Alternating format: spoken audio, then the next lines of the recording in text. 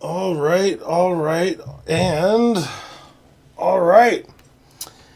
Here we go again, but it is going to be different for the next 12 days.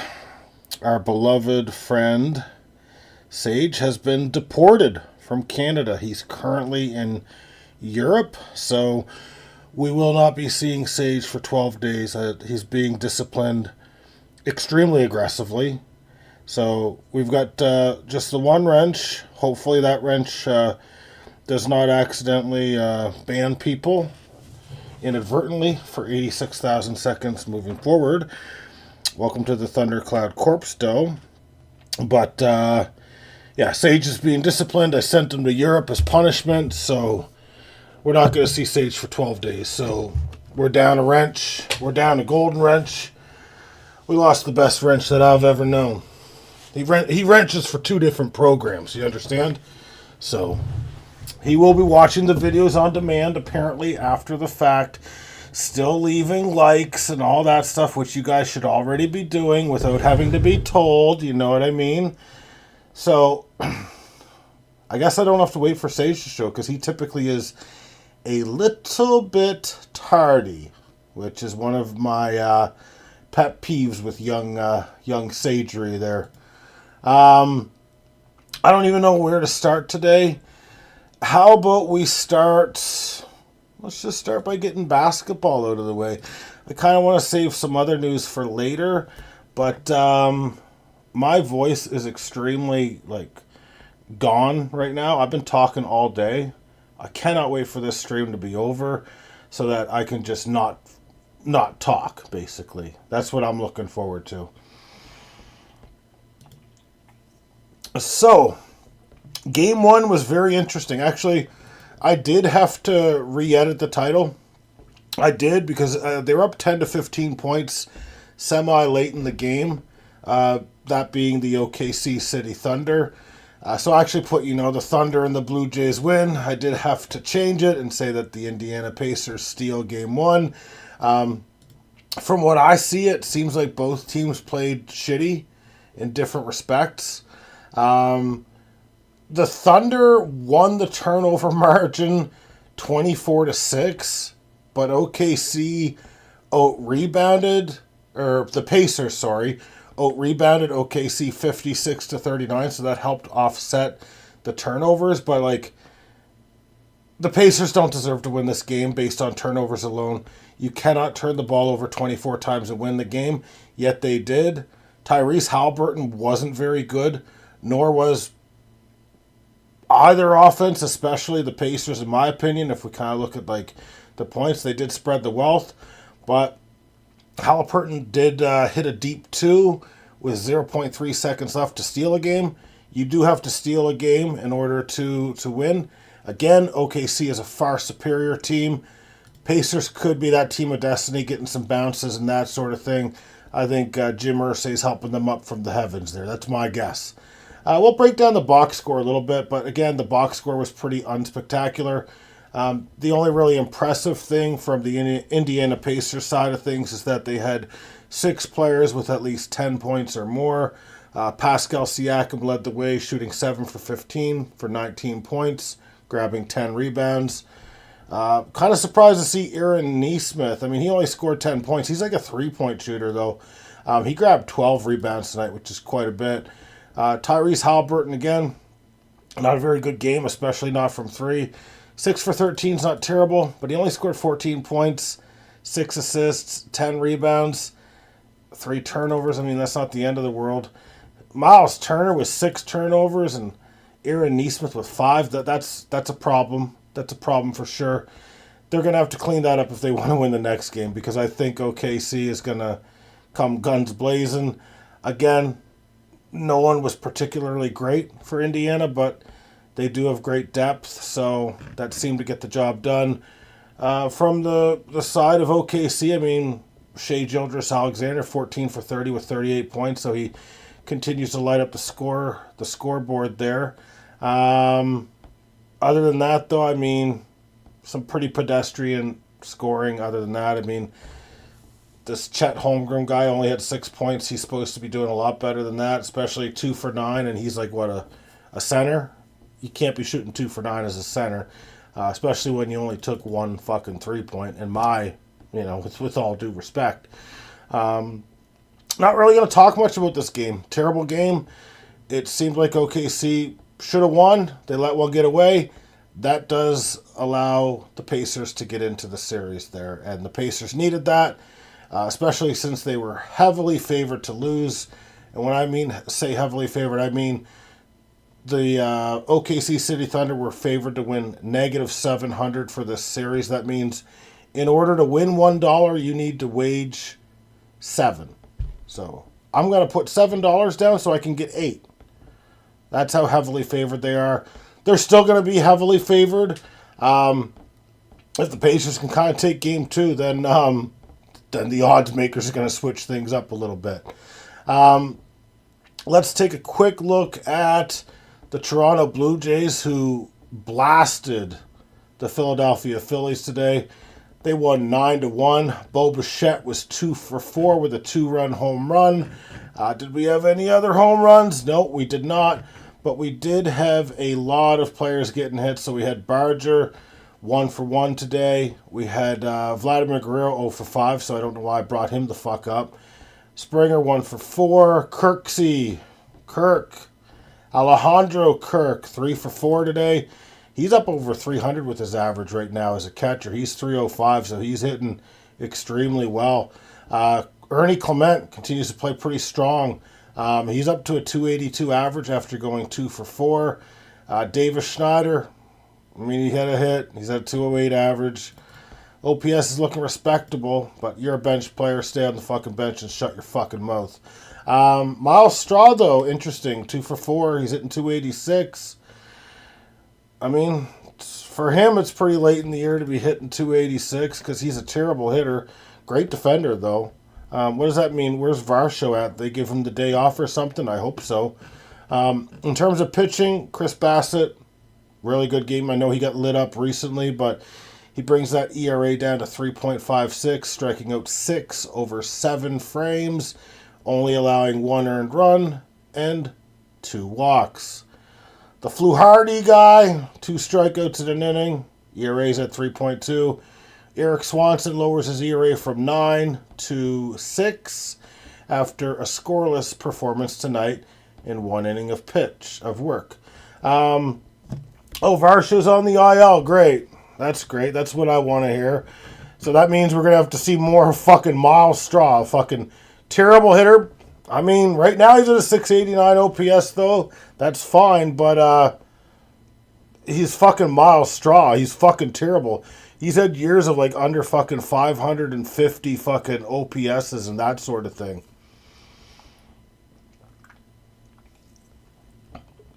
So the Jays, I forgot to say, they do improve their record to 33-29. We've got the Twinkies, the Minnesota Twins, on the docket next. Going to be a tough series, but hey, let's just keep it moving. Let's get the 5 games over by the end of that series and just take care of business. Also, belated welcome to the Thundercloud, Dan. I'm going to go over, we're going to go over the Pete Rose Bowl Cup prior to delving into some NFL news that I think anyone that is a Green Bay Packers fan should be kind of excited about, in my opinion. So today, we have Vlad the Impaler's adding 25-year-old left-handed pitcher Noah Cameron and dropping Dustin May. Dustin May used to be very good. I don't know if he's good anymore. I haven't looked at his velocity, that sort of thing, to see if it's still there. But Dustin May is a free agent mere days after being picked up. Michael Wacha was added by bases loaded IBB, and being dropped is Trent Grissom. I'm going to make fun of Trent Grissom here very shortly. It's a good drop, but I also find it to be a hilarious drop in another sense. So, prior to being on the New York Yankees, Trent Grissom, the most he ever had for home runs was 17 in 152 ball games. Think of that, 17 in 152 ball games. This motherfucker has 13 home runs for the Yankees this year in 53 games.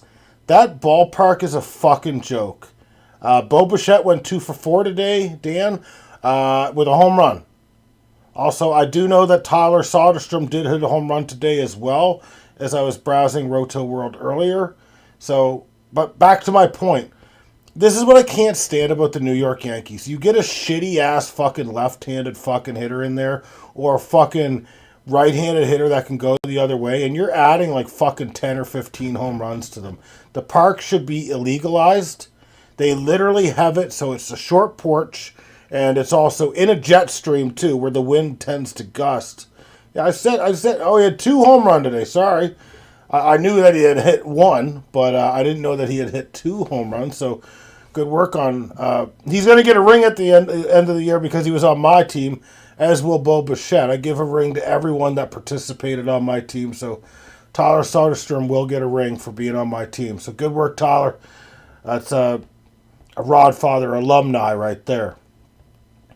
But I think it's just absolute bullshit that we've got these fucking parks and we can just fucking twinkle toes around like fucking, oh yeah, let's just fucking make a park, put a jet stream out there. We'll just have a bunch of hitters that can fucking be left-handed bats. And it's just fucking annoying, honestly. Like, yeah, there's one part of me that makes me hate Aaron Judge. I fucking said it. I fucking hate Aaron Judge. I mean, yeah, he's a great power bat. Put him in San Francisco. Put him in San Francisco and tell me he hits 60. He won't. He'll hit like fucking 45 tops. But that's neither here nor there. So, Trent Grisham was dropped. We know he's a shitty hitter that has 13 home runs in 53 games. So, absolute fucking bullshit. So, let's just take a look at the guy that was added. Michael Wacha, who is still kicking. Having a pretty solid year. I mean, 2.88 ERA is not bad. 3.85 for his career. 3.39 FIP, so not bad advanced numbers.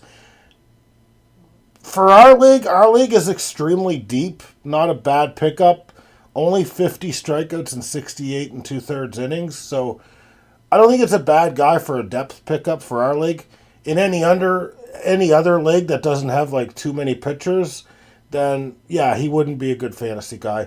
And that's actually something next year we need to fix is more hitters, less pitchers. I think we way too many pitchers on our team versus hitters, so we will have to talk that over with Sage. I do want to look at this Noah Cameron guy. I'm just a little intrigued by him, just because he is a part of Kansas City, kind of a young up-and-coming team. He's pitched 5 games so far this year. He's got a 0.85 ERA and a 0.79 whip. So Vlad the Impalers looks like they might have made a good move. I'm just going to quickly check rotoworld.com just to see if they've got any, scouting on him. So let's just see what they go. So he went scoreless over the Cards in Thursday's doubleheader. Blah, blah, blah. We obviously know his ERA is exceptional. But he's expected... Okay, so...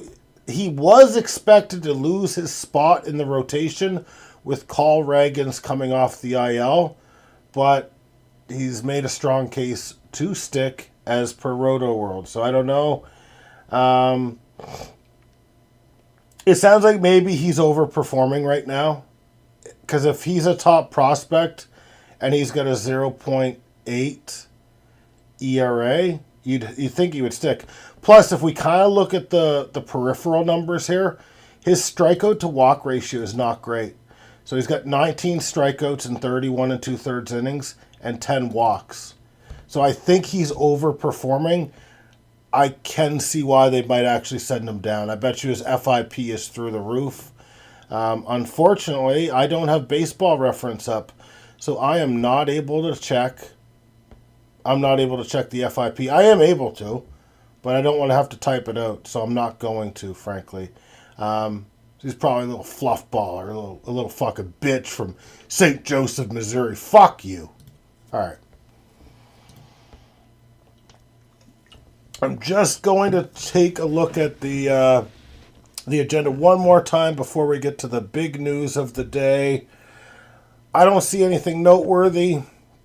Generally speaking, I would ask Sage if there's anything that I missed. I don't believe either of you are going to say that there's anything that I missed. So let's turn our attention. Well, oh no, we do have some news.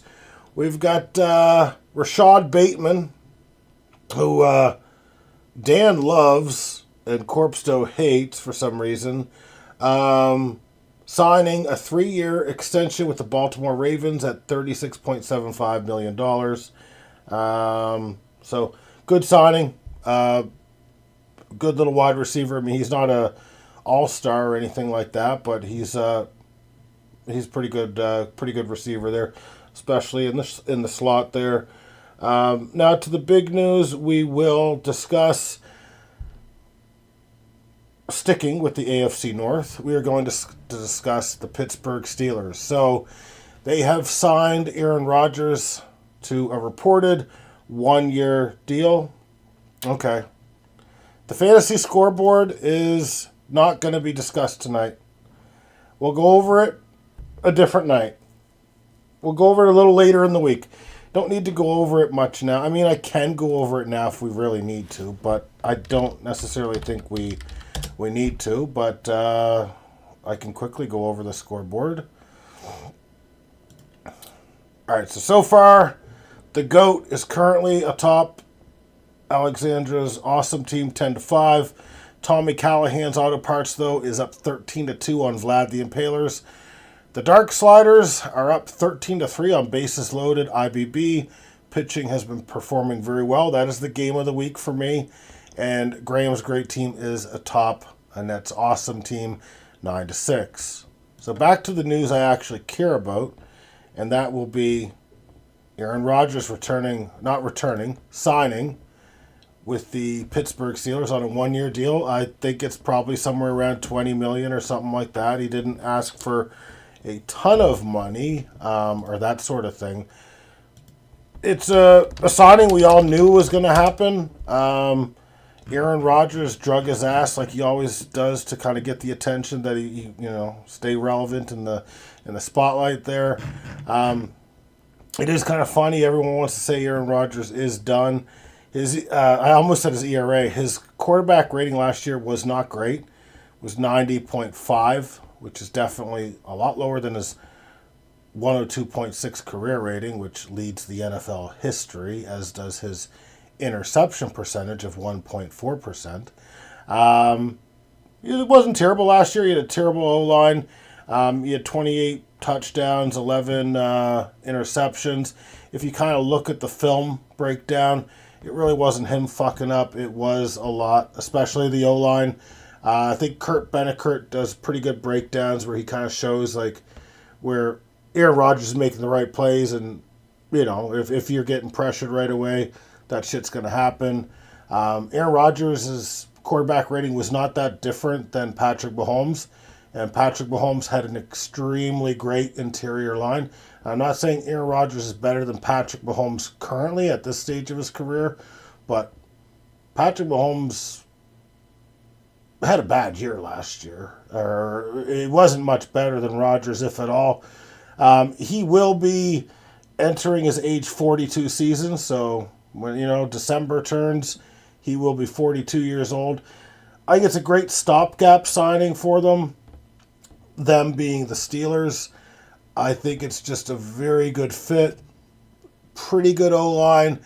They're going to run the ball. I believe they did draft a running back to go along with the, not Najee Harris, but that other guy, the Warren guy. I know they've got one of the two anyway. Pretty good wide receiver in DK Metcalf. You'll probably see Alan Lazard come here. Roman Wilson looks to take a step up as well. You got Pat Freiermuth as an option. Potentially Jonnu Smith, if you believe the trade rumors that are being reported. You've got a great D. I mean, I don't know what they ranked last year. It was probably top 7. It was probably top 7 D, at least a top 10 D for sure. So the defense is there. TJ Watt very shortly will be signed to an extension, so watch for that. That's probably going to be like I don't know, like it'll take him to 4 years total and like $40 million a year, something like that. So they will keep him. It was honestly the best fit. I do hate that he kind of waited as long as he did because like he should have just kind of jumped all over this. But they had an agreement in place like fucking almost 3 months ago now, like 80 days ago. They had an agreement in place. I am not sure, Dan, if he's going to play until he's 45. I do believe 1, maybe 2 years. It does give them a chance to actually win a Super Bowl where he's at. They are going to have to be aggressive, though, in my opinion. Because there's such a small window. That's why the Jonnu Smith trade makes sense. Because that Donald Parham or whatever, he's out for the year. Tore his Achilles. So you probably do want to add another tight end. Darnell Washington's a good blocking tight end, don't get me wrong. But I'd like to add another weapon there. He's not going to be a game manager, but they're going to run the ball a lot. I can promise you they're going to run the ball a lot this year, especially with an Arthur Smith type of an offense. So run the ball, play action, keep them upright. I really am I'm very excited to see what's going to happen here with the Steelers. Now, I don't know. They're a more complete team than Cincinnati. I would certainly say that. I would say Baltimore is a better team than Pittsburgh, and Cleveland is absolute dog shit. That's going to be a tough division. There's no fucking cakewalks. There's no playing in fucking domes like fucking Minnesota or fucking Detroit Lions. It's all outdoor weather unless Cleveland's been playing. And Cleveland's an outdoor team, I think, too. So it's going to be tough, man. It's going to be tough. I mean, they've been able to get into the playoffs with shitty quarterbacks like 9-8 records and occasionally 10 wins. I think Aaron Rodgers' accuracy is still on point. And his arm strength has not really subsided. His mobility certainly has. He's not as agile as he was when he was younger.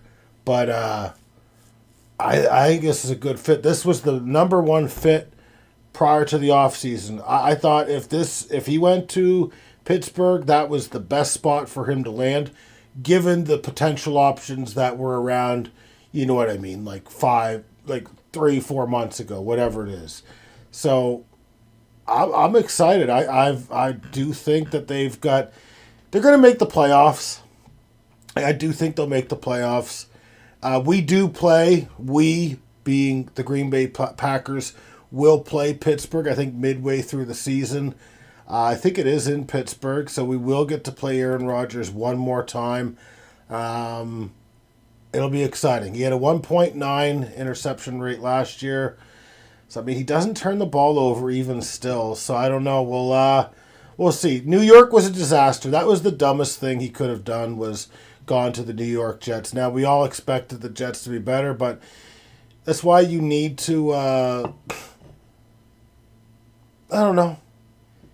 You can't just go to terrible organizations with terrible O-lines. Because it was that's how he fucking tore his Achilles, was because of that bullshit, too. He's under duress right away in those fucking games. So, I don't know. I'm pretty pumped up. I need to find out a bit more about Pittsburgh, so maybe I will do a bit of a rundown as to what they added this offseason. We all know DK Metcalf, but, I mean, I can't say I've sat down and fucking focused on what Pittsburgh has added through the draft. I can maybe do a quick Google search and get some names here, which maybe I'll do. Steelers 2025 draft picks. Just take a quick peek here. I really like their first pick. So defensive lineman Derek Harmon, he was one that was projected to go to the Packers, actually. So that's good. An already great defensive line, adding Derek Harmon. I really like that. Their second pick of the draft was a running back named Caleb Johnson. But that's in the third round, 83rd overall. So This was a very deep defensive tackle class as well as a running back class, so that does help them. They took edge rusher Jack Sawyer in the 4th round, so not a bad pick. Not that they need much more. You know, they've got some guys that can pass rush. Who else did they take here? They took another defensive tackle out of Iowa, Yaha Black, in the 5th round. They took a backup quarterback there, Will Howard, who does have a fucking hell of an arm. I believe he tested extremely poorly because a lot of people were talking about him being potentially a 3rd round type of a player. So that is interesting, potentially for Aaron Rodgers to hand the torch over to him in a year or two. Who else did they take? They took Carson Bruner, who is a linebacker, so that doesn't really move the needle. We were talking 7th round. We're talking 7th rounder for Dante Kent as well. Didn't draft any receivers. Okay, that makes sense. Not really, because they kind of do need a receiver. And I believe they need a cornerback as well. So, again, we've still got a long offseason ahead of us because, NFL cuts will be coming. So, I think you'll see, obviously, some activity there. It'll be interesting to see. I think overall they'll be a tough team. I do not think that they are the team to beat in that conference or anything like that. But with that defense, if that offense can just get going a little bit, you know what I mean? But I don't know. Like, do they really want to bring in Alan Lazard? They kind of made that mistake with the Jets. I don't know. I've heard they're probably going to bring in Alan Lazard. I just don't know if that's really the answer. I mean, yeah, they've got good chemistry, though. So you will maximize Lazard if he's paired with Aaron Rodgers. So I expect they'll probably pick him up. It probably wouldn't move the needle a whole lot, but they will get the most out of him. Anyways, I'm going to call it there. Nice that Aaron Rodgers finally made it official, but again, he makes us wait the way he always does, which is fucking annoying as hell. So I wish he'd just fucking make up his mind a little quicker next time. I'm putting a stamp in it. I'm going to play Balatro. I will beat the Balatro at least once tonight, and we will reconvene tomorrow. There is no stream tonight for gaming. I'm just too tired to do it. So the thundercloud's out. Have a good night, everyone, and see you tomorrow.